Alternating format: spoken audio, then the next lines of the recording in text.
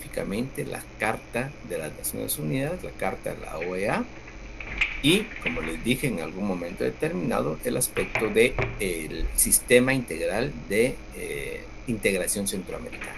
Esos van a ser los puntos que vamos a verificar para este segundo parcial.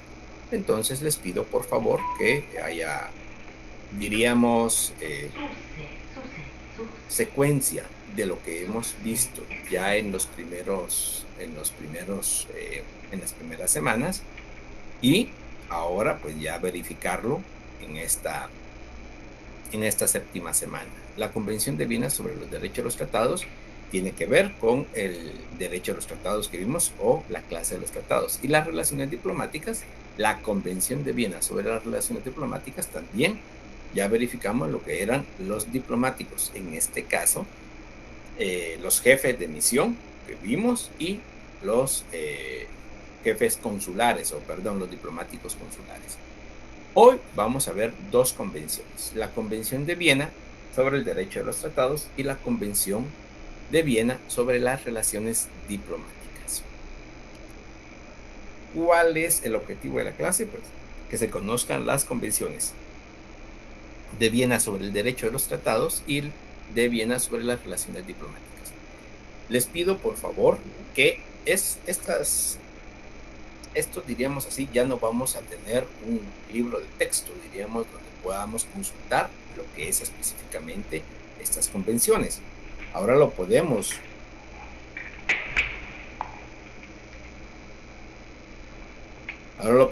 ubicar en internet, pero por favor, jóvenes y señoritas, ubiquen una página donde, diríamos, tengan el documento oficial. O sea, que no sea cualquier tipo de página. Por lo menos yo logré ubicarlos en la página de las Naciones Unidas. Entonces sí creo conveniente que lo tengan a la mano, por favor. Que es conveniente, que es necesario. ¿Para qué? Para que cada uno de nosotros tengamos el texto oficial. Yo no puedo entrar a conocer todo el texto. O sea, nos llevaríamos no una clase, nos llevaríamos por lo menos 2 o 3 clases conociendo todo el texto de la convención. Sí necesito que profundicen en ella. Ya lo conocimos un poco, diríamos así, en la tercera sesión. Ahora vamos a reforzar un poco más esto, pero ya conociendo el documento original, la Convención de Viena sobre el derecho de los tratados. Entonces lo pueden ubicar en la página de las Naciones Unidas, de la OEA, que serían las dos instituciones con mayor prestigio, y que tendríamos diríamos así,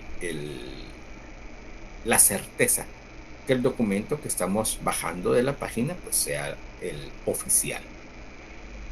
Esta Convención de Viena sobre el derecho de los tratados, como lo mencionamos en algún momento determinado, fue firmado en Viena el 23 de mayo de 1969.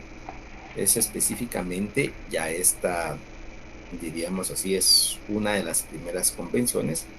Recuérdense que, si no estoy mal, la de relaciones diplomáticas es 1963.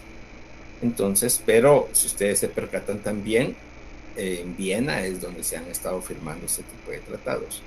Se compone de 8 partes: la introducción, la celebración y entrada en vigor de los tratados. O sea, aquí esto tienen que tomarlo muy en cuenta, por favor, jóvenes y señoritas. Tienen que tomarlo muy en cuenta.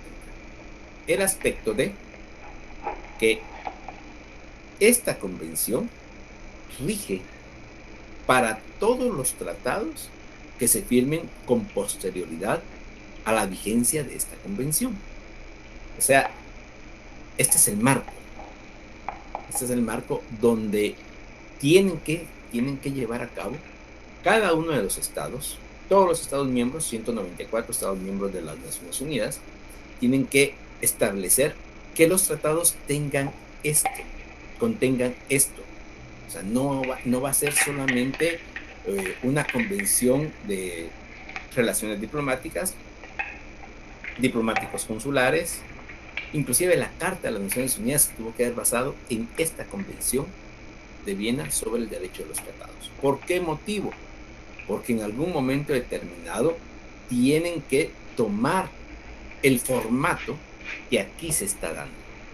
Esto es lo interesante de esta Convención de Viena, que aunque es un tratado, establece los parámetros generales para la firma de los tratados internacionales. La Carta de las Naciones Unidas, ahí se recuerdan que es de 1948. La Carta de la OEA, perdón, de 1945. La Carta de la OEA es de 1948. Entonces, esto es posterior a estas cartas. 1969. Entonces, fue firmada en Viena en 1969. ¿De qué se compone? 8 partes. Introducción, celebración y entrada en vigor de los tratados, observancia, aplicación e interpretación de los tratados, enmienda y modificación de los tratados, nulidad, terminación y suspensión de los tratados, disposiciones diversas, depósitos o depositarios, notificaciones, correcciones y registro. La parte octava, disposiciones diversas y anexos. De esto se compone la Convención de los Tratados. Vamos a ir viendo, diríamos así, conociendo las partes que no hemos tenido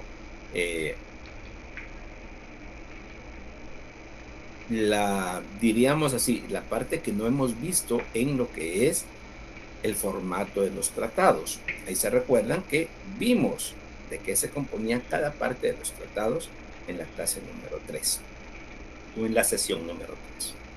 Entonces, los estados partes en la presente convención, considerando la función fundamental de los tratados en la historia de las relaciones internacionales, reconociendo la importancia cada vez mayor de los tratados como fuente de derecho internacional y como medio de desarrollar la cooperación pacífica entre las naciones, sean cuales fueren sus regímenes constitucionales y sociales, advirtiendo que los principios del libre consentimiento y de la buena fe y de la norma pacta sunt servanda, que vamos a ver a continuación, están universalmente reconocidos, y afirmando que las controversias relativas a los tratados, al igual que las demás controversias internacionales, deben resolverse por medios pacíficos y de conformidad con los principios de justicia y de derecho internacional.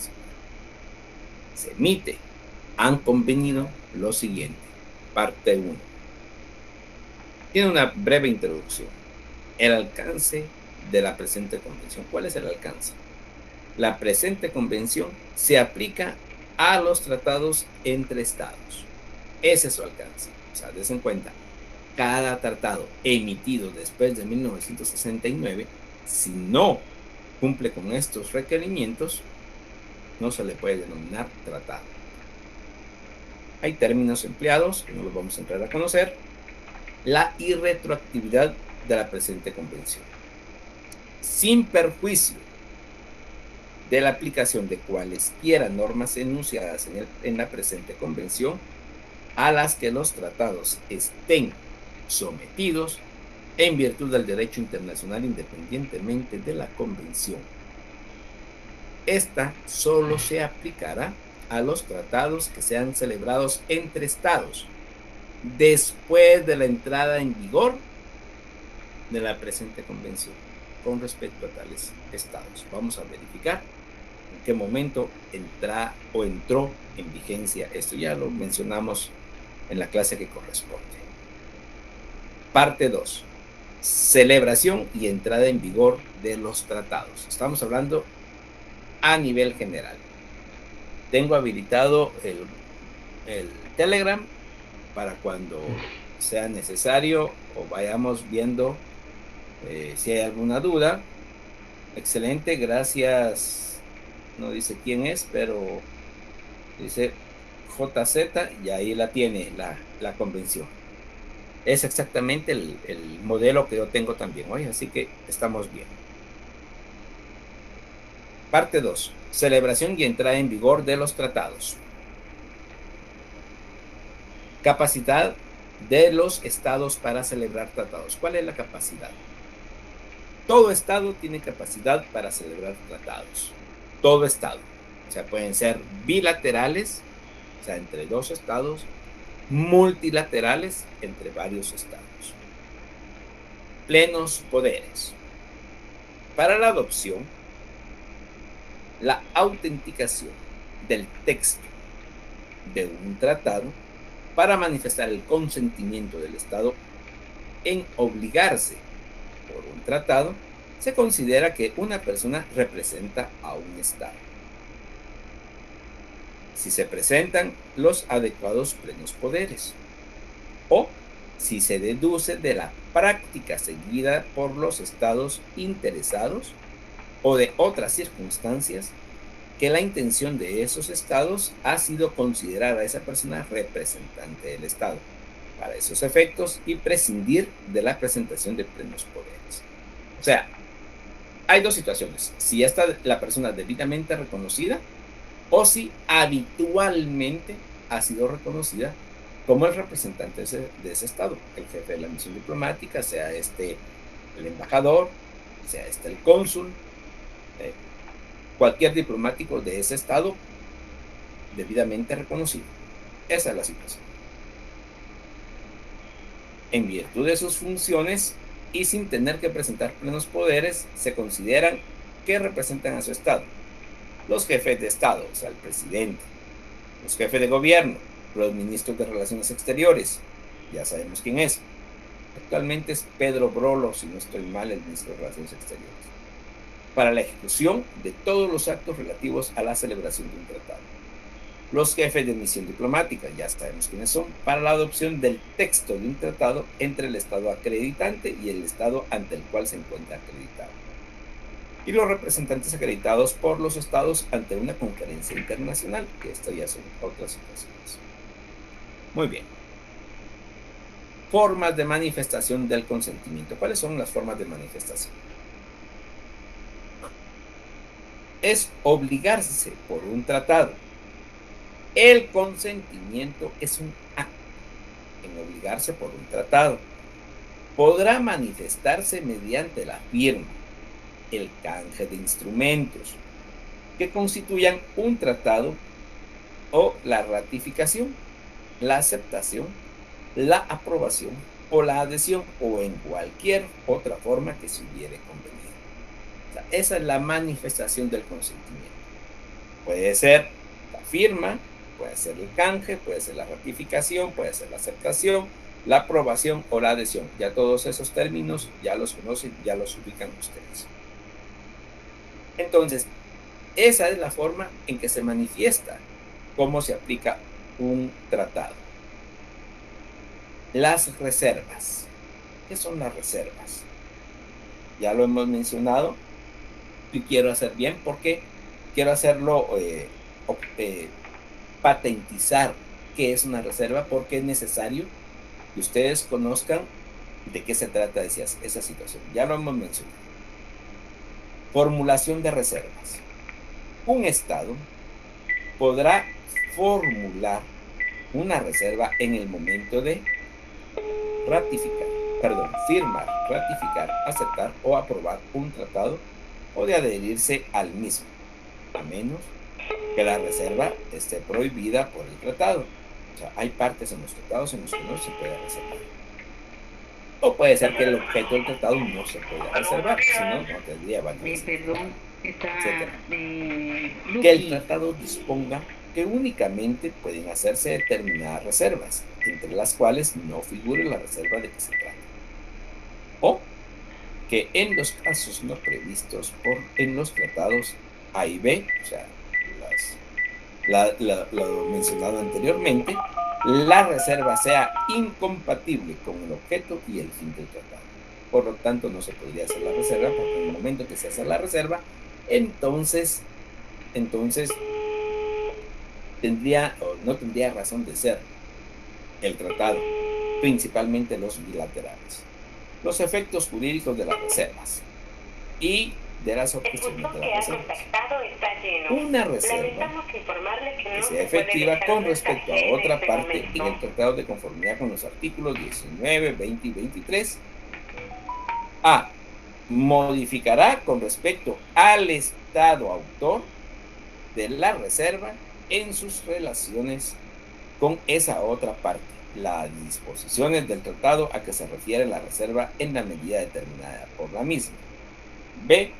Modificará en la misma medida esas disposiciones en lo que respecta a esa otra parte en el tratado en sus relaciones con el Estado autor de la reserva.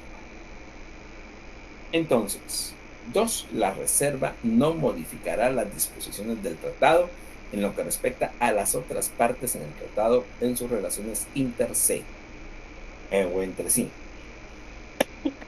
Y por último, cuando un Estado que haya hecho una objeción a una reserva no se oponga a la entrada en vigor del tratado entre él y el Estado autor de la reserva, las disposiciones a que se refiere esta no se aplicarán entre los dos estados en la medida determinada por la reserva. Entonces, la reserva, recuérdense jóvenes, es la no aceptación de una parte del tratado. Miren, yo no quiero aplicar esta parte del tratado. Pasó para Guatemala carta, en la Carta de Derechos, la Carta Interamericana de Derechos Humanos, porque Guatemala tenía la constitución anterior a la de 1985 no tenía esa facultad. Entonces tuvo que reservarse Guatemala la aplicación de esa normativa de esta Carta Interamericana de los Derechos Humanos. Y otra situación había sido lo de la pena de muerte también, que tampoco lo tenía regulado. Entonces son situaciones que afectaban y que afectaron y que por ende mismo Guatemala hizo esas reservas ante la Carta Interamericana de los Derechos Humanos. Actualmente ya no están esas reservas. Muy bien.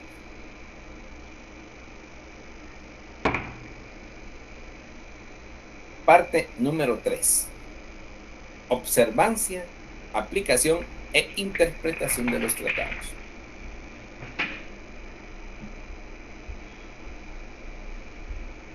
Estoy verificando el horario.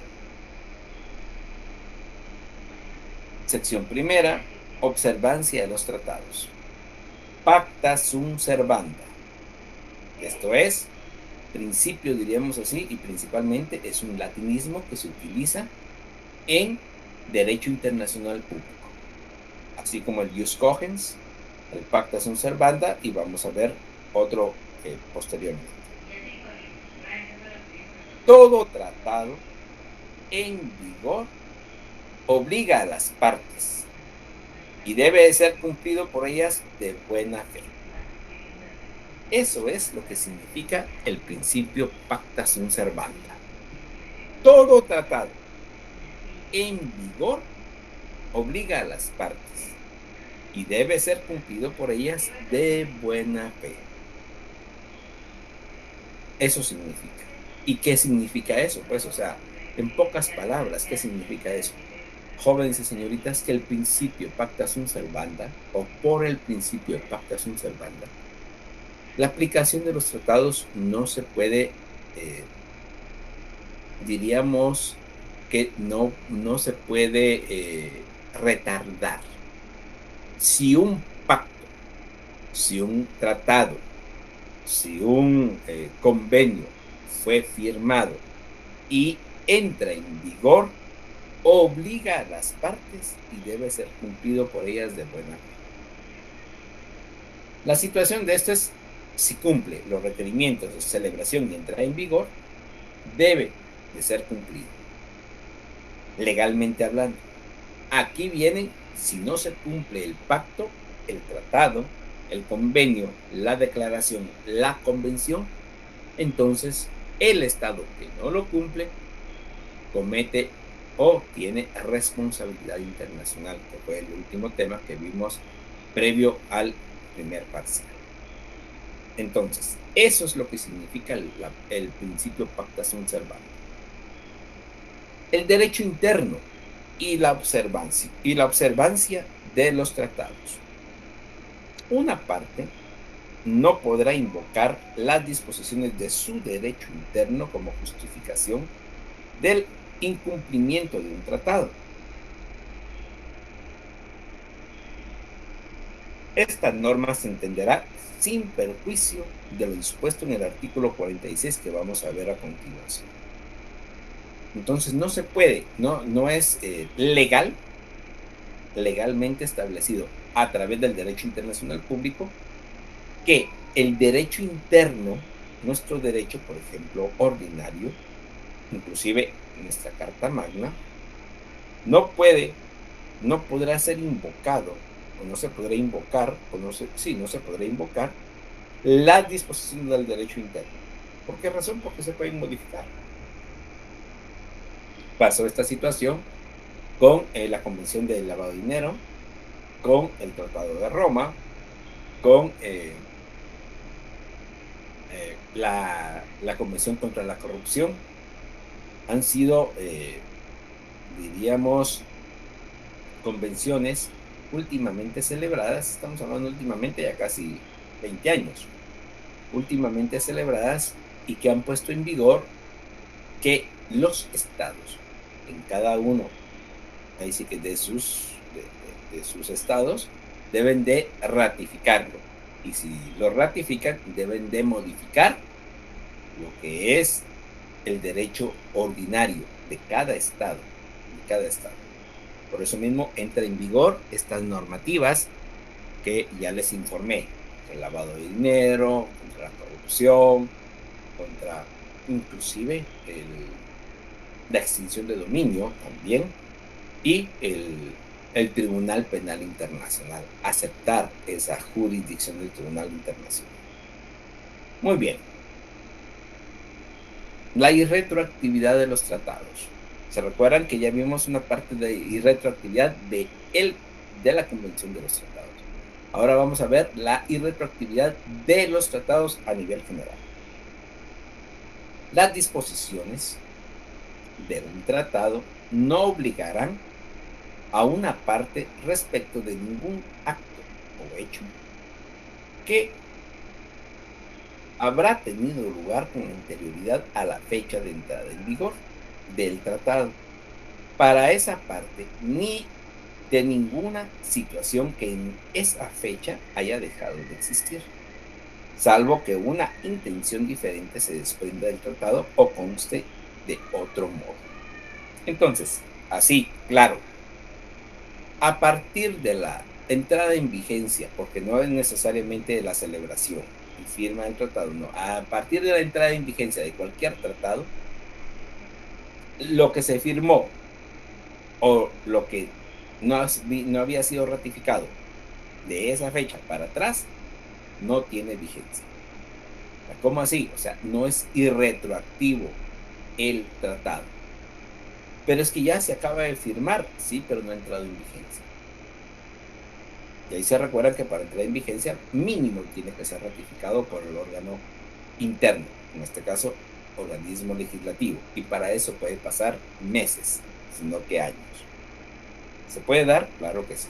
Claro que sí se puede dar. Esa es la irretroactividad de los tratados. El ámbito territorial de los tratados. Pues un tratado será obligatorio para cada una de las partes por lo que respecta a la totalidad de su territorio, salvo que una intención diferente se desprenda de él o conste de otro modo. Eso quiere decir que normalmente el ámbito territorial de los tratados es el territorio de cada país. Ya lo verificamos la semana pasada precisamente por eso. Y hay una regla general de interpretación. Para concluir con esta diapositiva, hay una regla general de interpretación. 1. Un tratado deberá interpretarse de buena fe, conforme el sentido corriente que haya de atribuirse a los términos del tratado en el contexto de esto.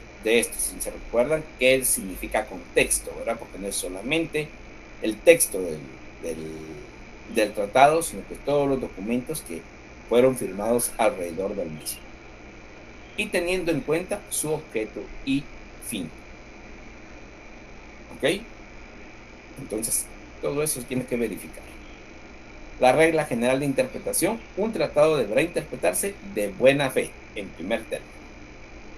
Para los efectos de la interpretación de un tratado, el contexto comprenderá, además del texto, incluidos el preámbulo y sus anexos, todo acuerdo a que se refiere el tratado, todo instrumento formulado por una o más partes. Juntamente con el contexto, habrá de tenerse en cuenta todo acuerdo ulterior entre las partes, toda práctica ulterior seguida a la aplicación y toda forma pertinente de derecho internacional aplicable en las relaciones entre las partes. Esto es lo que se debe de tener en cuenta para interpretar como regla general un tratado. Muy bien, jóvenes y señoritas. Posteriormente, si ustedes se percatan, la sección cuarta, que es específicamente la elaboración de los tratados, nos juntamos el lunes no lo temprano. vamos a verificar, no lo vamos a ver. ¿Por qué razón? Porque esta fue la parte que conocimos en los tratados, cuando vimos la sección de los tratados. La norma general concerniente a terceros estados, la revocatoria o modificación de los estados, etc. Entonces, eso ya lo vimos. Parte 4, enmienda y modificación de los tratados. ¿A qué hora? ¿Usted me dice? ¿Sí? Norma general concerniente a la enmienda de los tratados. Bueno, vaya. Un tratado podrá ser enmendado. Esa es la norma general. Un tratado podrá ser enmendado por acuerdo entre las partes. Se aplicarán a tal acuerdo las normas anunciadas en la parte 2, ya lo vimos, salvo en la medida en la que el tratado disponga otra cosa. Esta es la norma general. Un tratado podrá ser enmendado por cualquiera de entre las, por acuerdo entre las partes. Si se ponen de acuerdo, Guatemala y El Salvador pueden enmendar el tratado de extradición, el tratado limítrofe, el tratado, ¿qué podríamos decir? Han habido bastantes tratados con relación a la libre circulación, tanto de personas como de vehículos. O sea, se puede enmendar en cualquier momento. Esa es la norma general. Enmienda de los tratados multilaterales, que ese es otro punto. Salvo que un tratado disponga otra cosa, la enmienda de los tratados multilaterales se regirá por lo siguiente. Toda propuesta de enmienda de un tratado multilateral en las relaciones entre todas las partes habrá de ser notificada a todos los estados contratantes en la decisión sobre las medidas que haya de adoptar con relación a tal propuesta, en la negociación y la celebración de cualquier acuerdo que tenga por objeto enmendar el tratado. Todo estado facultado para llegar a ser parte en el tratado estará también facultado para llegar a ser parte en el tratado en su forma enmendada. Y el acuerdo en virtud que se enmiende el tratado no obliga a ningún estado que sea ya parte en el tratado que no llegue a hacerlo de ese acuerdo. O sea, tienen derecho a enmendar. Eso se plasma en un acuerdo, en un protocolo. Y ese protocolo, pues definitivamente es firmado, por ejemplo, si son 30 estados, 50 estados, es firmado y ratificado. Propongamos por 30 estados. Los otros 20 no tienen ninguna razón de aceptar esa modificación. Si lo ratifican, aceptan esa enmienda. Y de eso se trata. Pero estas son las reglas que rigen en los tratados multilaterales.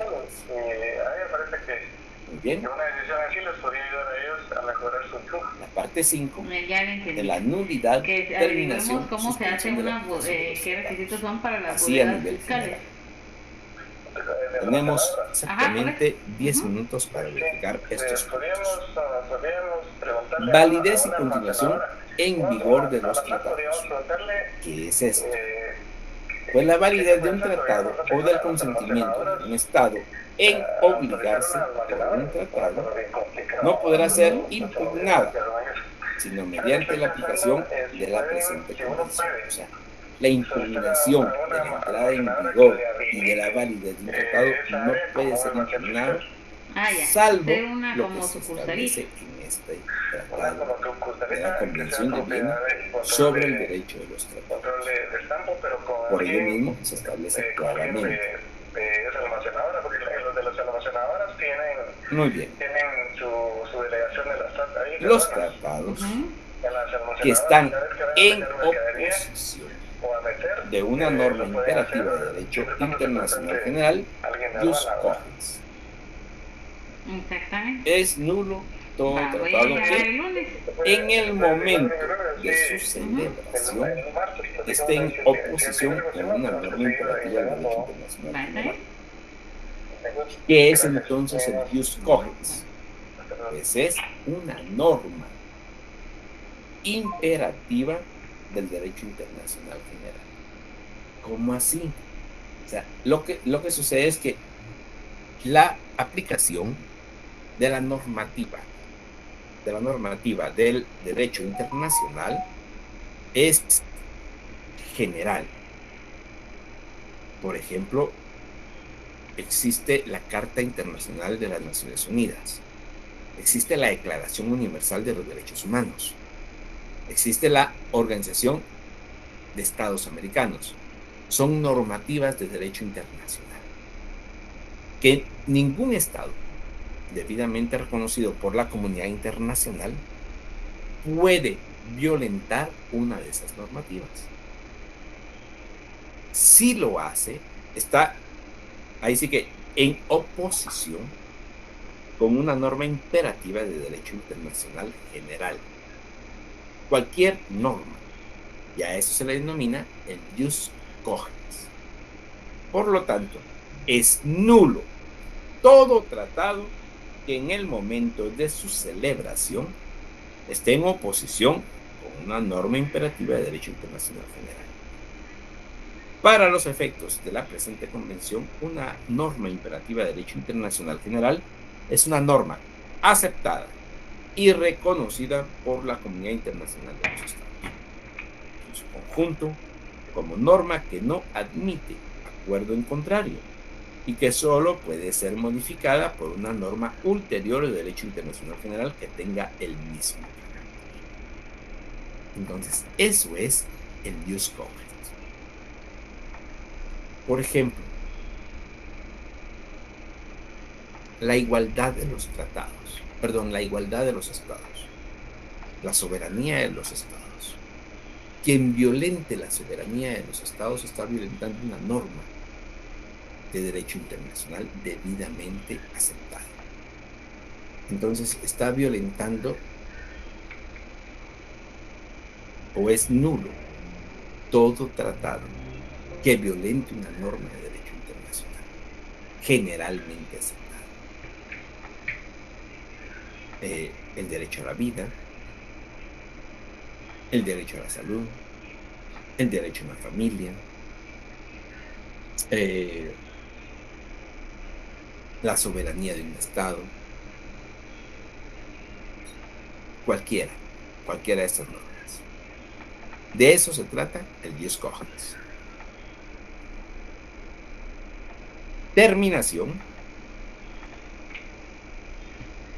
Terminación de un tratado o retiro de él en virtud de sus disposiciones o por consentimiento de las partes. La terminación de un tratado o retiro de una parte podrán tener lugar conforme a las disposiciones del tratado en cualquier momento por consentimiento de todas las partes después de consultar a los demás estados contratantes. Entonces, Es la forma, diríamos así, que tienen de la terminación de un tratado o del retiro de él por cualquier disposición. Lo que lo hace normalmente Estados Unidos. O sea, se retira conforme a la disposición del tratado o en cualquier momento. Se retiró, inclusive eso fue algo por el cual creo yo tuvo que ver la ONU y los demás estados, porque Estados Unidos se estaba retirando de la Organización Mundial de la Salud. Eso le afectó a Donald Trump en su candidatura.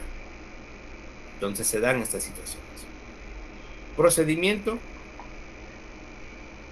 que deberá seguirse por nulidad, que deberá seguirse con respecto a la nulidad o terminación de un tratado, el retiro de una parte o la suspensión de la aplicación de un tratado. Este es un procedimiento.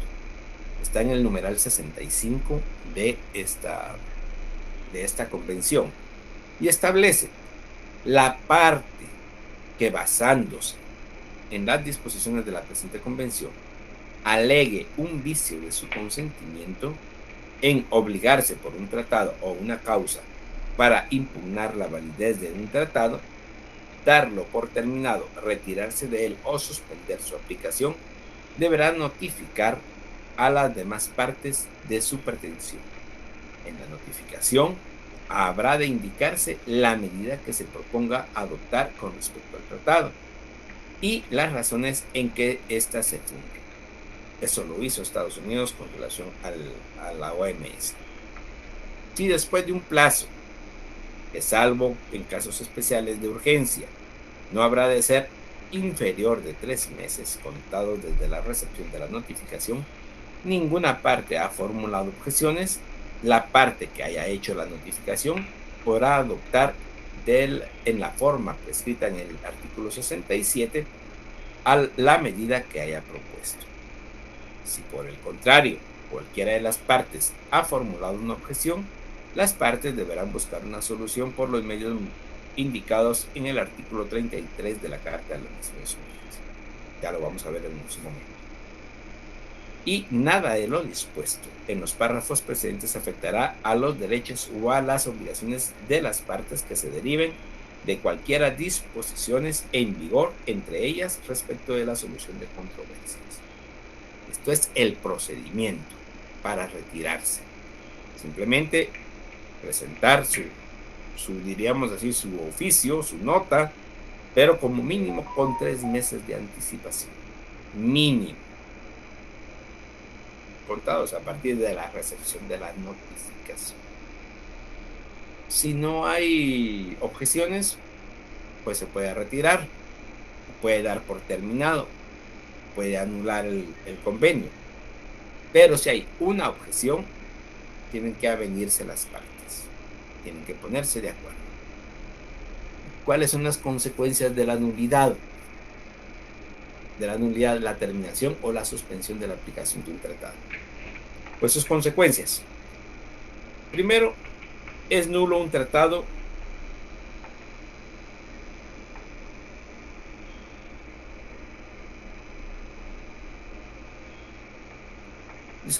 es nulo un tratado cuando la nulidad quede determinada en virtud de la presente convención. Las disposiciones de un tratado nulo carecen de fuerza jurídica. No obstante, se han ejecutado actos basándose en tal tratado, toda parte podrá exigir de cualquiera otra parte que en la medida de lo posible establezca en sus relaciones mutuas la situación que habría existido si no se hubieran ejecutado esos actos. Los actos ejecutados de buena fe antes de que se hayan alegado la nulidad no resultarán ilícitos por el solo hecho de la nulidad del tratado. Los casos comprendidos en los artículos 49, 50, 51, 52 no se aplicará el párrafo 2 con respecto a la parte a la que sean imputables el dolo, el acto de corrupción o la coacción. Y en caso de que el consentimiento de un Estado determinado en obligarse por un tratado multilateral esté viciado, las normas precedentes se aplicarán a las relaciones entre ese Estado y las partes del tratado. Estas son entonces las consecuencias de nulidad. En primer término, es nulo un tratado, así. Es nulo un tratado cuando, lógicamente, se haya presentado, se haya causado esa nulidad, lo que haya causado esa nulidad. También, si no obstante se han ejecutado actos basándose en el tratado, toda parte podrá exigir de cualquier otra parte que en la medida de lo posible en sus relaciones mutuas la situación que habría existido si no se hubieran ejecutado esos actos. Y los actos ejecutados de buena fe antes de que haya alegado la nulidad no resultarán ilícitos. Entonces, es primordial esta situación. Muy bien, jóvenes y señoritas. Para concluir, solamente quiero indicarles las disposiciones diversas. No vamos a corresponderlas, sino que la parte séptima, depositarios, notificaciones, correcciones y registro. Y la parte octava, las disposiciones finales. La firma. Voy a tomarles un par de minutos de lo otro. Y si tienen alguna duda con relación a este convenio, pues por favor háganla para poder consultar en este momento. Muy bien, la firma. La presente convención, la convención de los tratados, estará abierta a la firma en todos los Estados miembros de las Naciones Unidas o miembros de algún organismo especializado o del Organismo Internacional de Energía Atómica, así como de todo Estado parte en el Estatuto de la Corte Internacional de Justicia y de cualquier otro Estado invitado por la Asamblea General de las Naciones Unidas a ser parte en la convención de la manera siguiente: hasta el 30 de noviembre de 1969 en el Ministerio Federal de Relaciones Exteriores de la República de Austria, y después del 30 de abril de 1970, o sea, un año casi, en la sede de las Naciones Unidas en New York. La ratificación de esta convención, la presente convención, está sujeta a ratificación. Los instrumentos de ratificación se depositarán en poder del Secretario General de las Naciones Unidas. La adhesión, o sea, después de la ratificación, los que no hayan podido ratificar pueden adherirse. La presente convención quedará abierta a la adhesión en todo Estado perteneciente a una de las categorías mencionadas en el artículo anterior, o sea, el artículo 81. Los instrumentos de adhesión se depositarán en poder del Secretario General de las Naciones Unidas. Y la entrada en vigor, la presente convención entrará en vigor el 30º día, o sea, 30 días después, a partir de la fecha en que haya sido depositado el 35º instrumento de ratificación o de adhesión. O sea, después de que 35 estados hayan ratificado, 30 días después entró en vigencia esta convención de Viena sobre el derecho de los tratados. Muy bien, jóvenes y señoritas, vamos a ver, ¿hay alguna pregunta? Y si no, continuamos ya con nuestra clase. En el caso de un tratado multilateral, los países parte que no ratifiquen las modificaciones realizadas por los otros países siguen operando bajo la normativa original o quedan fuera del tratado en cuestión. No, siguen, como usted lo indica, operando bajo la normativa original, o sea, el tratado original. A ellos no les afecta la modificación o la enmienda realizada. No puedo ingresar a la clase por medio de la plataforma. Lo siento, Joana, no sé qué pueden ayudarme con el link, por favor. O sea, no sé si se puede. Eso sí no lo puedo ver yo, verificar yo desde la clase. Solamente tenemos esa opción de entrar, diríamos así, directamente a la plataforma.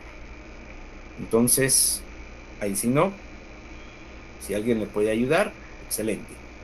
Lick podría volver a poner en pantalla la diapositiva.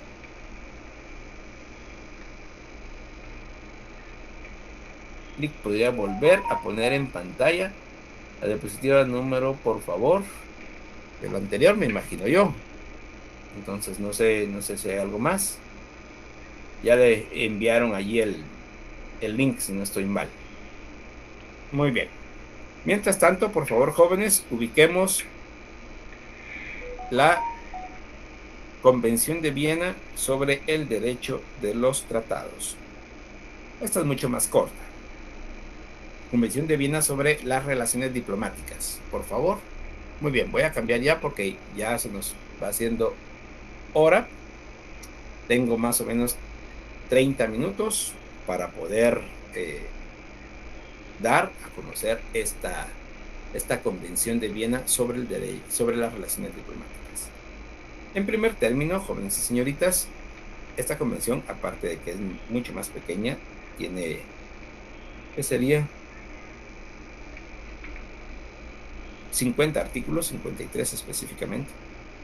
Entonces, es lógico que sea mucho más corta que la que tiene 80 y algo, ¿no? Y, pues, la explicación fue un poquito más extensa en la otra, aunque ya habíamos conocido esa. Y esta, la Convención de Viena sobre las relaciones diplomáticas, también se las hice mención, en realidad solo fue mención, cuando conocimos a los diplomáticos o jefes de misión.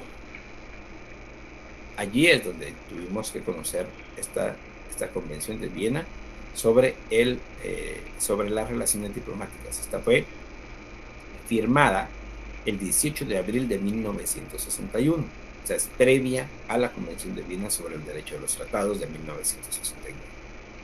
Entró en vigor el 24 de abril de 1964. Vamos a verificar aquí dentro de la misma convención cuál era el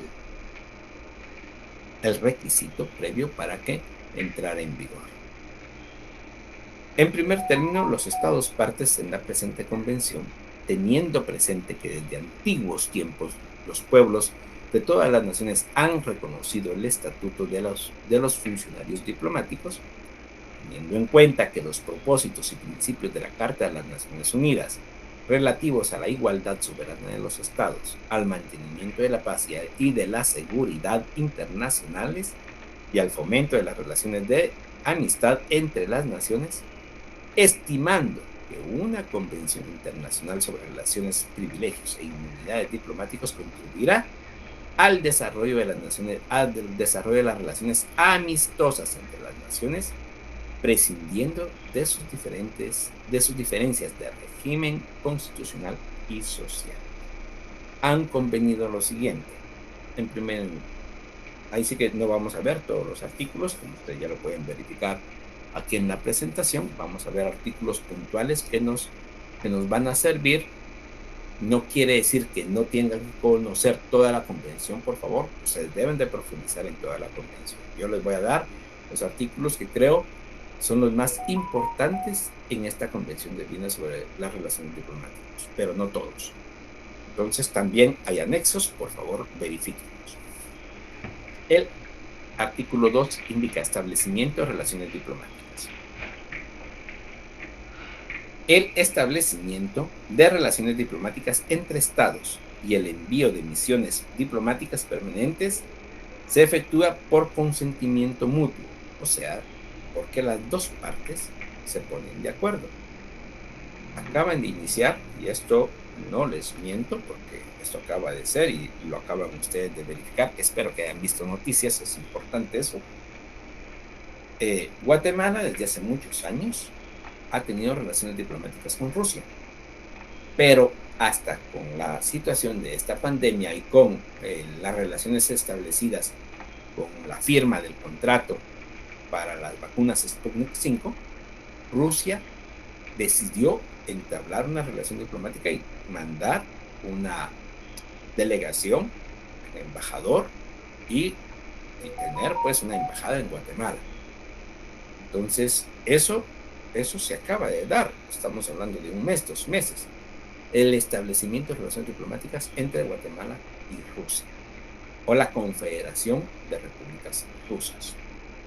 El establecimiento de las relaciones diplomáticas entonces entre estados y el envío de misiones diplomáticas permanentes se efectúa por consentimiento mutuo. Guatemala le pidió a Rusia que viniera a establecer aquí y Rusia le pidió a Guatemala el poder remitir misiones diplomáticas. El artículo 4, acreditamiento del jefe de misión. El Estado acreditante deberá asegurarse de que la persona que se proponga acreditar como jefe de la misión ante el Estado receptor ha obtenido el asentimiento de ese Estado. O sea, eso es previo. Voy a continuar y se los explico. El Estado receptor no está obligado a expresar al Estado acreditante los motivos de su negativa a otorgar el asentimiento.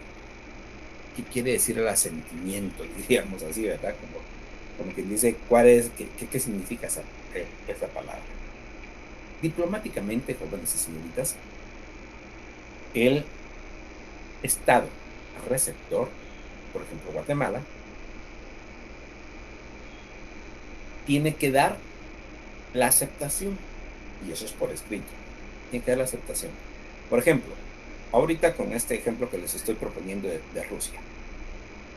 Rusia tuvo que presentar ante el Ministerio de Relaciones Exteriores quienes iban a conformar su misión diplomática y quién es su jefe de misión. El jefe de misión, previo a venir a Guatemala, es aceptado. El asentimiento, eso es. Asentimiento, o sea, es aceptado, tanto por el Ministerio de Relaciones Exteriores, creo que por el Ministerio de Relaciones Exteriores, no estoy mal, previo a venir a Guatemala. Ya vamos a ver posteriormente cómo se va acreditando los jefes de misión en las clases de las misiones. Acreditamiento de múltiples estados. Artículo 5. El estado acreditante podrá, después de haberlo notificado en debida forma a los estados receptores interesados, acreditar a un jefe de misión ante 2 o más estados, o bien destinar a ellos a cualquier miembro del personal diplomático, salvo que alguno de los estados receptores se ponga expresamente. Si un estado acredita a un jefe de misión ante 2 o más estados, podrá establecer una misión diplomática dirigida por un encargado de negocios ad interim en cada uno de los estados en que el jefe de misión no tenga su sede permanente, y el jefe de misión o cualquier miembro del personal diplomático de la misión podrá representar al estado acreditante ante cualquier organización internacional. ¿Qué pasa con el acreditamiento de múltiples estados? Lo que sucede, jóvenes y señoritas, es que, por ejemplo, la embajada rusa, si no estoy mal, estaba establecida en México. Y México estaba el jefe de misión, el embajador. Pero en Guatemala, Salvador, Honduras, Nicaragua y Costa Rica podría haber habido un cónsul, podría haber habido un jefe de negocios ad interim. O sea, eso quiere decir no establecido en el lugar, itinerario, entre los 5 países. Podría haberse dado y retornar a la embajada debidamente establecida en México. Ahora no, ahora va a haber una embajada en México y otra en Guatemala. No sé si va a haber en otro país de Centroamérica, pero así va a ser a partir de ahora. ¿Cómo se acreditan? Pues simple, el embajador de México remite oficios a los estados de Guatemala, Salvador, Honduras, Nicaragua y Costa Rica y les indica que tendrán como jefe de misión para cualquier negocio o para al cónsul tal o al jefe de o al ¿cómo le denominan? Al encargado de negocios tal. Si lo aceptan, enhorabuena. Si no lo aceptan, pues entonces también tendrán que cambiar. Puede ser cualquier personal diplomático, cualquiera. Muy bien. Artículo 14, por favor. Los jefes de misión se dividen en 3 clases. Esto ya lo hemos visto, pero quiero confirmar. Y quiero que lo verifiquen ustedes, que está indicado claramente en la convención. A. Embajadores o nuncios acreditados ante los estados, ante los jefes de estado.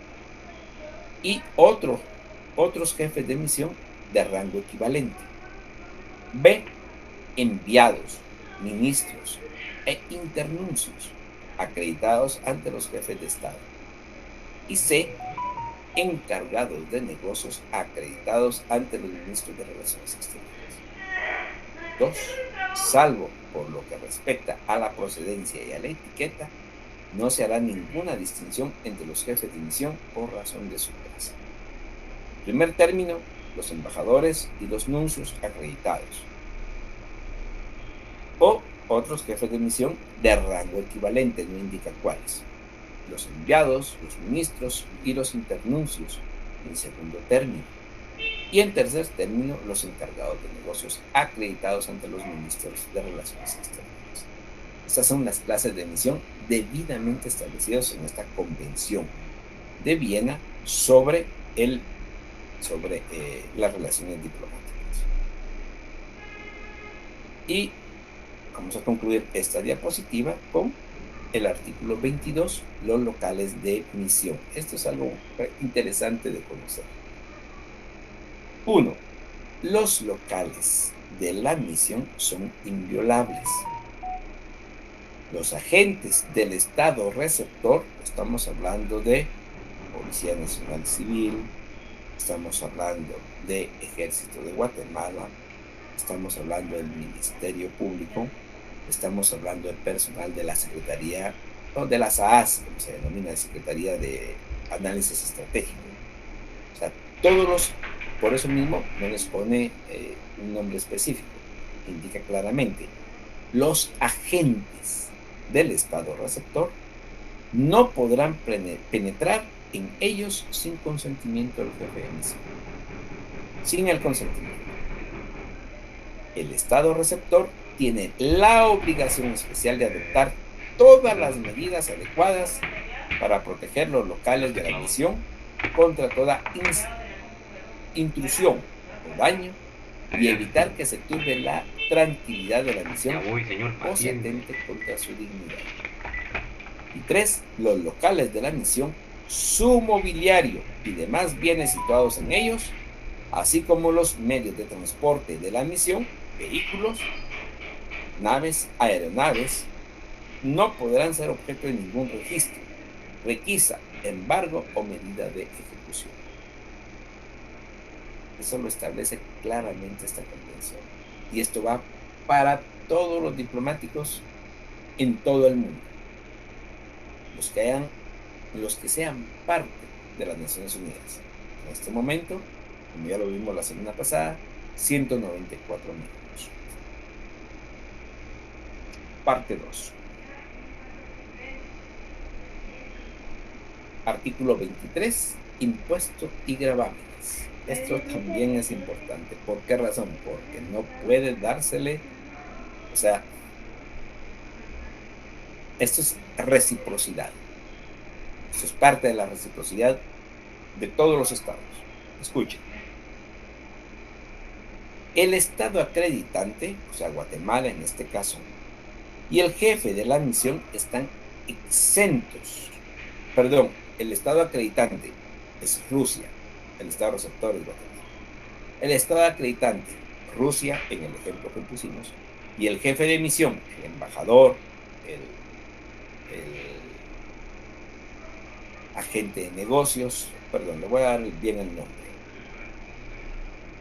el encargado de negocios, etcétera, están exentos de todos los impuestos y gravámenes nacionales, regionales o municipales, boleto de ornato en algún momento determinado, sobre los locales de la misión o sobre los locales de la misión de que sean propietarios o inquilinos, salvo aquellos impuestos o gravámenes que constituyan el pago del servicio a particulares prestados.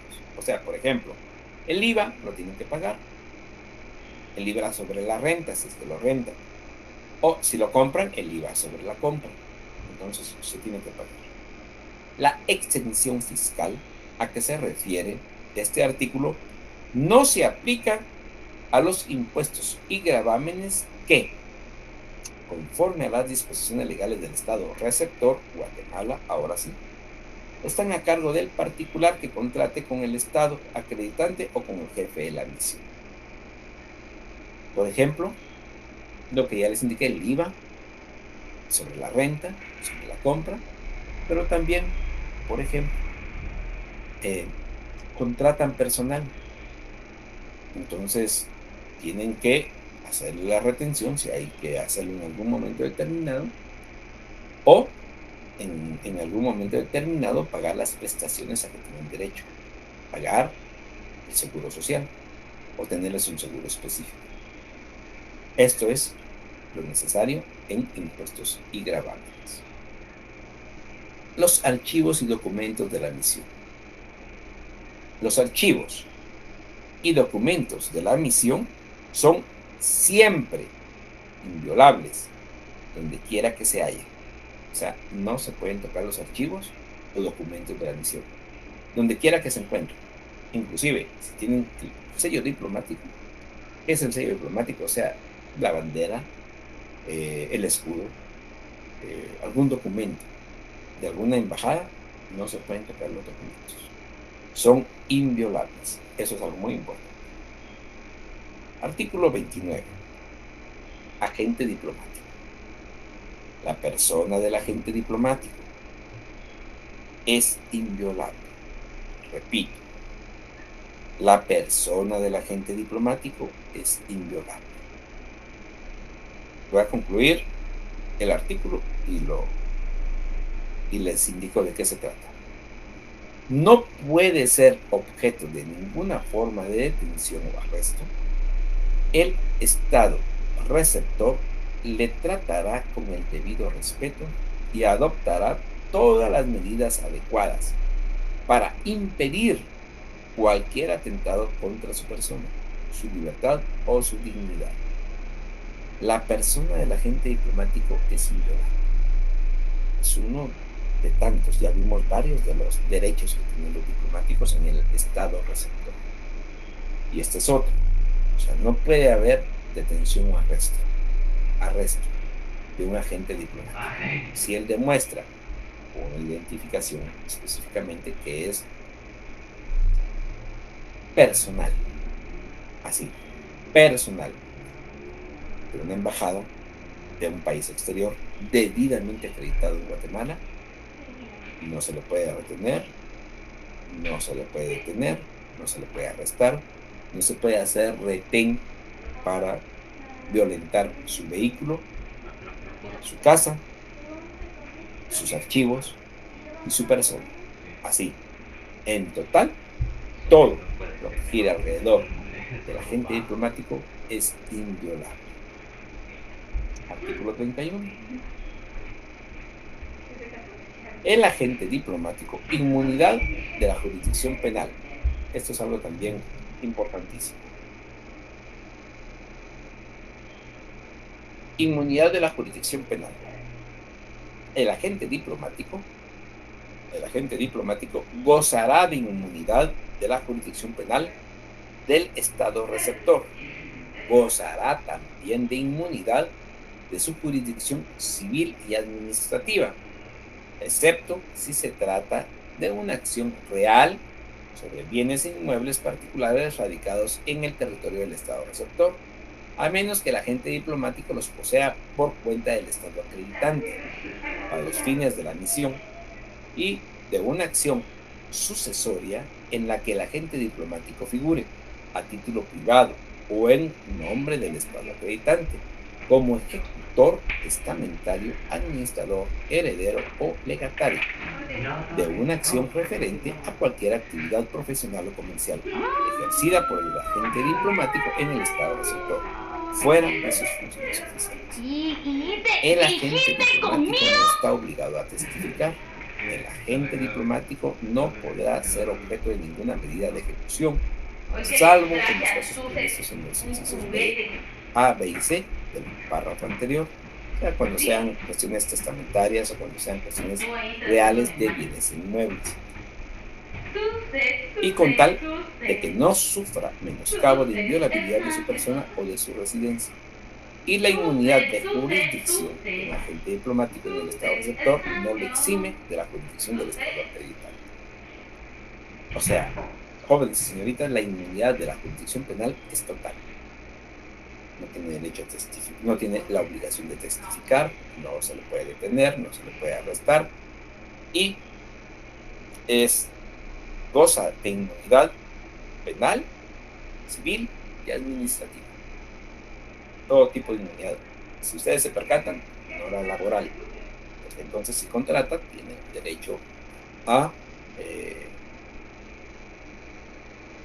demandar a ese diplomático o a esa embajada. Privilegios e inmunidades, aparte de todos los demás, 23, 24, 29, 30, 31, también hay otros privilegios e inmunidades. Artículo 39. Por favor, profundicen en eso. Ya vamos a terminar, ya estamos por terminar esto.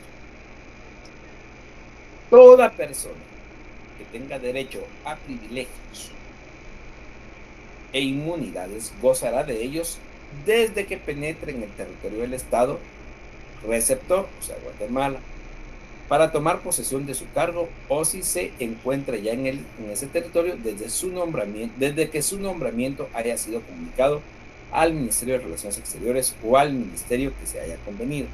Relaciones Exteriores normalmente. Cuando terminen sus funciones de una persona que goce de privilegios e inmunidades, tales privilegios e inmunidades cesarán normalmente en el momento en que esa persona salga del país, en el que expire el plazo razonable que le haya sido concedido para permitir salir de él. Pero subsistirán hasta entonces, aún en caso de conflicto armado.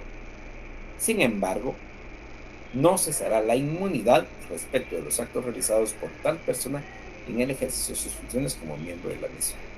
Y solamente termino con este otro, hay más, pero voy a terminar acá. En caso de fallecimiento de un miembro de la misión, los miembros de su familia continuarán en el goce de los privilegios e inmunidades que les correspondan hasta la expiración de un plazo razonable en el que puedan abandonar el país.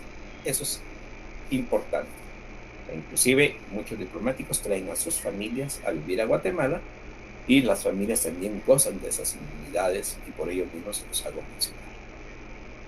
Las inmunidades de los agentes diplomáticos y la actividad profesional. Artículo 42. El agente diplomático no ejercerá en el Estado receptor ninguna actividad profesional o comercial en provecho propio. Esto es algo muy, muy importante. O sea, por ejemplo, nosotros como abogados, ya les estaba comentando a ustedes, jóvenes y señoritas, nosotros como abogados y notarios podemos ir a Estados Unidos, pero las actuaciones que realicemos tienen que tener efecto en Guatemala, no allá en Estados Unidos.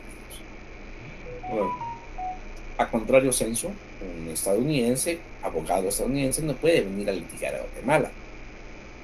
Puede emitir, por ejemplo, puede ser notario para un cierto grupo de connacionales estadounidenses, pero los efectos de esos documentos tienen que tener vigencia en Estados Unidos. Muy bien, para terminar, los últimos artículos son específicos de la terminación de funciones y de la ratificación, adhesión y vigencia de esta convención. Vamos a buena hora. El artículo 43, terminación de funciones de los agentes diplomáticos. Las funciones del agente diplomático terminarán principalmente cuando el Estado acreditante comunica al Estado receptor, Rusia a Guatemala, que las funciones del agente diplomático han terminado. cuando el Estado receptor comunica al Estado acreditante que, de conformidad con el párrafo 2 del artículo 9, se niega a reconocer al agente diplomático como miembro de misión. Que ya lo mencionamos, Guatemala no quiere a este agente de misión, entonces indica, no le da el beneplácito, no le da el asentamiento, como lo indica la convención, para reconocerlo como agente diplomático. Entonces se tiene que retirar. El artículo 44. Esto lo han puesto de buena manera, inclusive ahorita se está llevando a cabo este proceso de un conflicto armado en Afganistán, y todos los países que tenían misiones diplomáticas en Afganistán están sacando a sus diplomáticos. Artículo 44, conflicto armado. El Estado receptor deberá, aún en caso de conflicto armado, dar facilidades para que las personas que gozan de privilegios e inmunidades y no sean nacionales del Estado receptor, así como los miembros de sus familias, sea cual fuere su nacionalidad, puedan salir de su territorio lo más pronto posible. En especial, deberá poner a su disposición, si fuere necesario, los medios de transporte indispensables para tales personas y sus familias. Es importante que gocen hasta durante un conflicto armado de un tiempo prudencial los agentes diplomáticos para salir del país. Eso es lo que está pasando ahorita en Afganistán. El domingo pasado salió el presidente de Afganistán huyendo al exterior, y a partir de ese día están saliendo los funcionarios y agentes diplomáticos de todos los países del mundo, y precisamente hoy está verificando que hay personas nacionales de Afganistán que quieren huir de su país, y así lo están haciendo. El artículo 46, protección temporal. Con el consentimiento previo del Estado receptor, Guatemala en nuestro ejemplo, y a petición de un tercer Estado no representado en él, el Estado acreditante, todos los países del mundo, propongamos Rusia, podrá asumir la protección temporal de los interesados, de los intereses del tercer Estado y de sus nacionales. Esto se da, y esto está propuesto en caso, por ejemplo, Guatemala le declarara la guerra a El Salvador. Es solamente un ejemplo. Entonces, si Guatemala le declara la guerra a El Salvador, pues lógicamente los salvadoreños que viven en Guatemala tendrán temor de que los detengan, de que los expulsen, o inclusive de que los maten. Es un conflicto armado, es una guerra. Viene Honduras, y aquí por eso no lo establece, con el consentimiento previo del Estado receptor de Guatemala, y a petición de un tercer Estado, Honduras, no representado en él, el Estado acreditante, en este caso Salvador, podrá asumir la protección temporal de los intereses del tercer Estado y de sus nacionales. Entonces viene Honduras y le dice a Guatemala: miren, yo me voy a hacer cargo del personal de El Salvador y de sus connacionales. Guatemala y Honduras no tienen ningún conflicto armado, entonces yo me hago cargo para sacarlos del país. Bien, perfecto. Esa es una protección temporal. Muy bien, para terminar, ya estamos concluyendo. Ya como les indiqué, ya a partir de esta clase ya es un poco más tranquilo, ya puedo inclusive contestar si hay algún comentario o pregunta en el chat. Lo voy a contestar. Lo voy a contestar ahorita. Oyen, por favor. Muy bien. Voy a verificar esto. Denme unos minutos, por favor. Ahorita verifico. La ratificación de esta convención sobre agentes diplomáticos. La presente convención estará abierta a la firma de todos los Estados miembros de las Naciones Unidas. Normalmente ese es el texto normal de todas las convenciones. o de algún organismo especializado, así como de todo Estado parte en el Estatuto de la Corte Internacional de Justicia y de cualquier otro Estado invitado por la Asamblea General de las Naciones Unidas, y ser parte de la Convención de la manera siguiente. Hasta el 31 de octubre de 1961 en el Ministerio Federal de Relaciones Exteriores de Austria, Viena, y después del 31 de marzo de 1962 en la sede de las Naciones Unidas de Nueva York, de New York. Allí se podría, diríamos así, realizar la ratificación. Está abierta a la firma de todos los estados.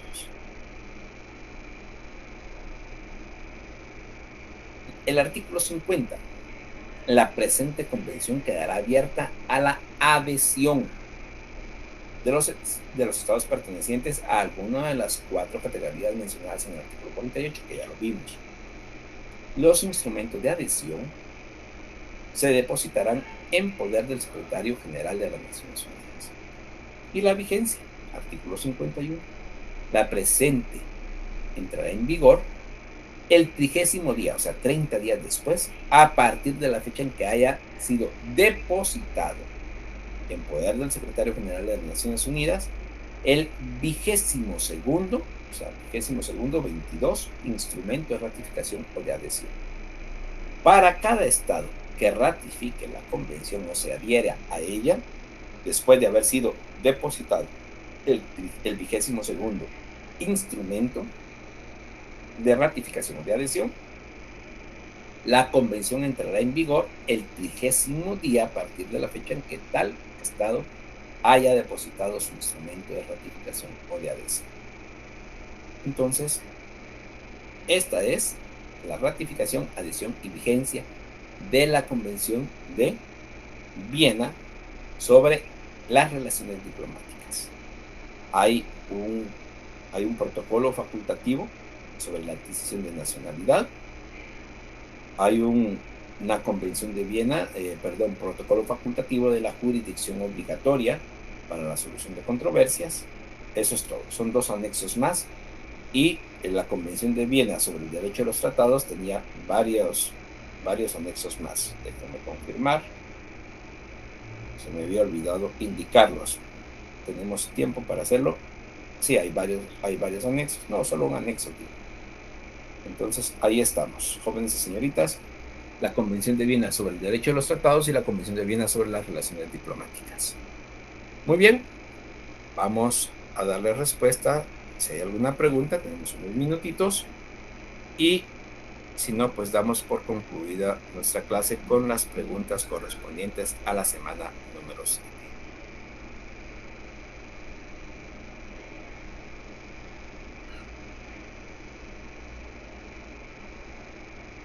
Podría hablar sobre el procedimiento para que un país quede fuera de algún tratado, es decir, cuando este país quiera salirse. Gracias.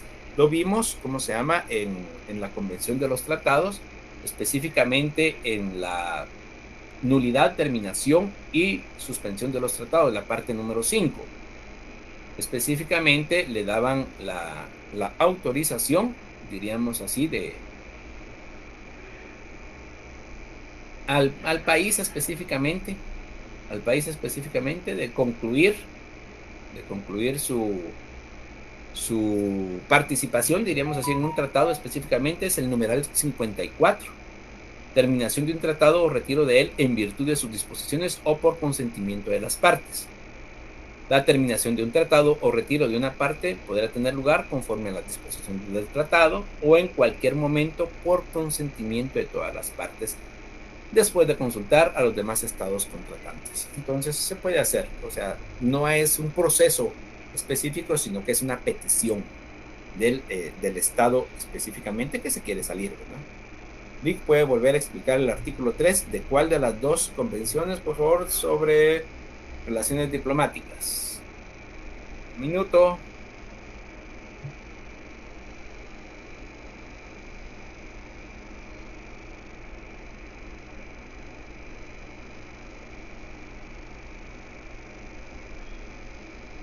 Las funciones de una misión diplomática consisten principalmente en representar al Estado acreditante ante el Estado receptor.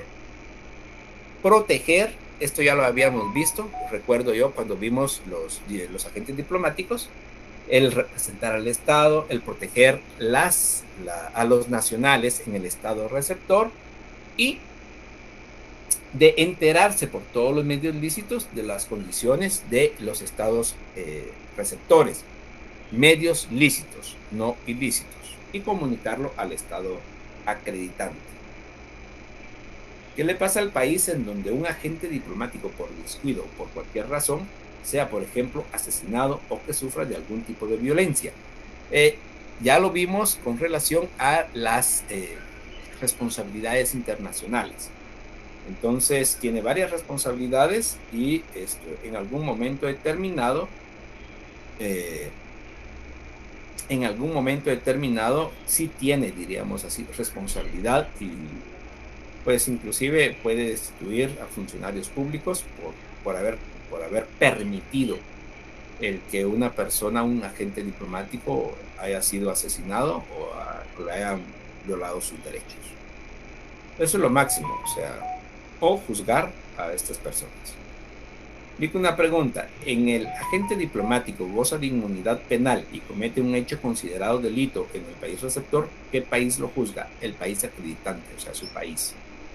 O sea, sí se dan estos casos y lamentablemente les digo porque sí es una situación bien clara esta cuestión. Disculpen compañeros, el Igno está leyendo la convención, ¿verdad? Disculpen, me perdí, tengo mi convención en físico, Evelyn, arriba, en pie, artículo 42. Muy bien, si por ejemplo, un hijo de un agente diplomático se va de parranda, digamos, no voy a hacer publicidad, pero sí. Y le sucede algo allí, ¿cómo proceden?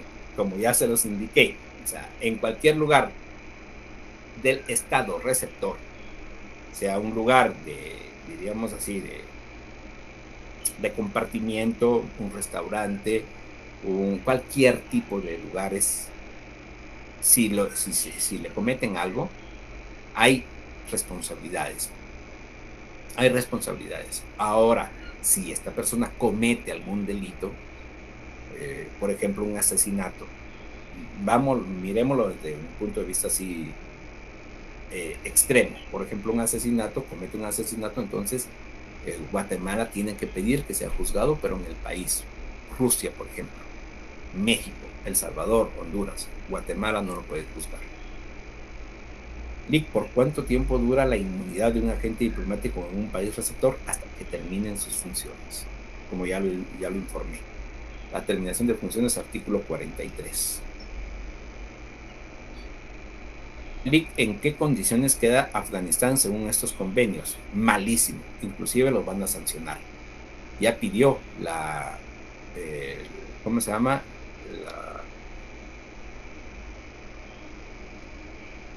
El comité de seguridad de las Naciones Unidas, el Consejo de Seguridad de las Naciones Unidas ya solicitó sanciones en contra de Afganistán.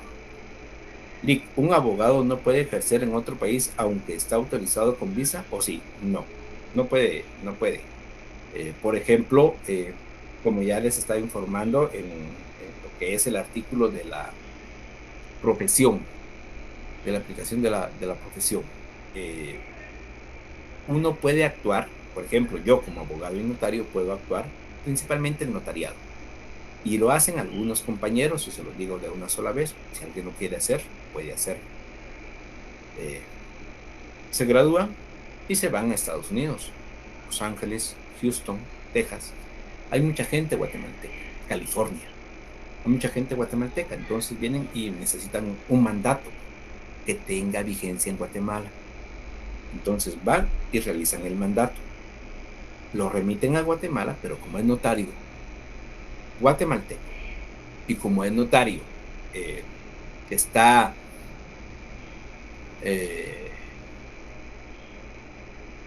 no se me viene la palabra ahorita, jóvenes señoritas, pero está vigente en Guatemala, o sea, está certificado, no me recuerdo cómo se llama ahorita, se los voy a indicar. Si alguien me lo puede recordar, igual que él, pues tiene derecho en Guatemala a realizar sus funciones. Entonces no tiene ninguna suspensión, entonces puede actuar y los documentos ya solamente vienen acá a Guatemala, se registran y ya actúan. Ya no pasan el aspecto de la apostilla ni tampoco de la protocolización en protocolo de notario guatemalteco. Ninguna de las dos, o sea, es mucho más rápido sus funciones. Buenas tardes, Eric. ¿Cuáles son los requisitos para optar a un agente diplomático? Simple, que sea del país y que cumpla más de 18 años. Lo demás, ahí sí que son cuestiones de los funcionarios públicos. No tienen mayores requisitos. Gracias, Lick. ¿Qué pasa si el agente diplomático se encuentra en un acto flagrante? La misma situación.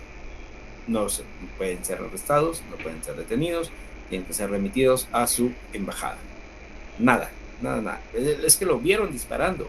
¿Mató a la persona? Sí, no lo pueden detener. Tienen que hacerlo por la vía diplomática. También tengo esa duda. ¿Los policías lo pueden detener? No. Lo único que pueden hacer es detenerlo hasta que él no presente su credencial de diplomático. En el momento que lo presente, tienen que tomar los datos y que le vaya muy bien. Gracias. Colegiado activo en Guatemala. Muy fino. Este colegiado activo, eso tiene que ser muy importante, porque si está en Estados Unidos, tiene que mandar a pagar al Colegio de Abogados de Guatemala. Su colegiado activo se lo remiten a Estados Unidos y se acabó el asunto. Él está colegiado activo en Guatemala, aunque esté viviendo en Los Ángeles, en New York, en cualquier estado de Estados Unidos.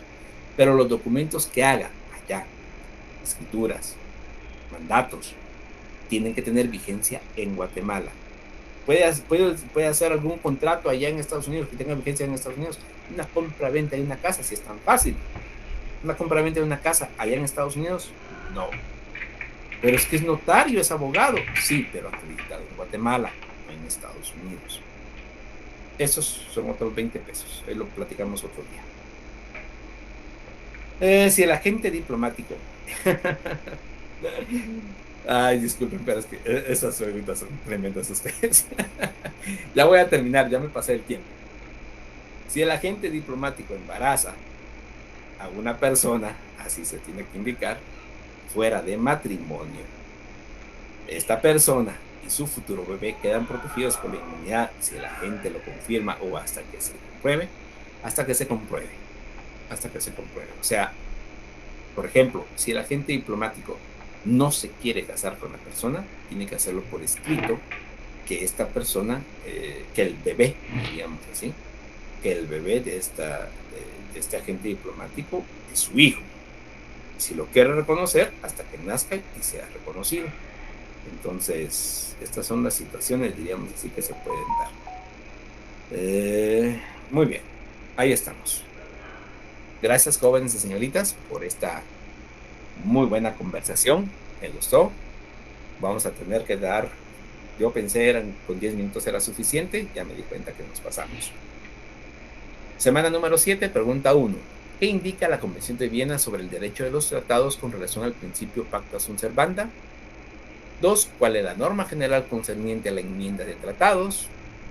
3. ¿Cuáles son las consecuencias de la nulidad, la terminación o la suspensión de la aplicación de la Convención de Viena sobre el derecho de los tratados? 4. ¿Qué tipo de inmunidades goza el agente diplomático? Y 5. ¿Qué artículo de la Convención de Viena sobre las relaciones diplomáticas establece la adhesión a la Convención? Agradezco mucho la atención prestada, jóvenes y señoritas, a esta clase, la 7ª. Ustedes tienen que prepararse, la próxima semana no tenemos clase, tienen que prepararse para su primer parcial. Espero les vaya muy bien, nos vemos dentro de 15 días. Muy buena tarde.